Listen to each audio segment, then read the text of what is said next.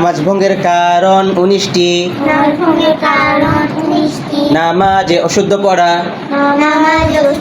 নামাজের ভিতর কথা বলা,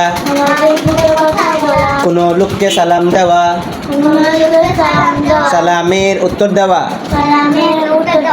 উফ আহ শব্দ করা, বিনা ওজরে কাশা, আমলে কাসির করা, বিপদে কি বেদনায় শব্দ করিয়া কাদা, তিন তাসবিহ পরিমাণ সতর খুলিয়া থাকা,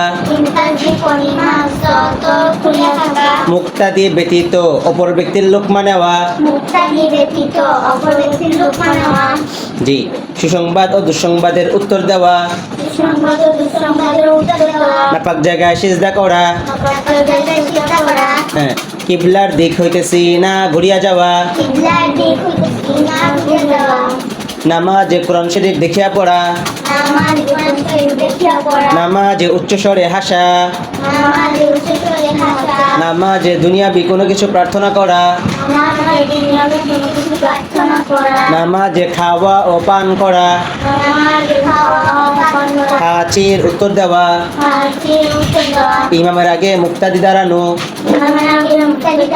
হ্যাঁ, নামাজ ভঙ্গের কারণ কয়টা? 19টা। মনে থাকবে নি?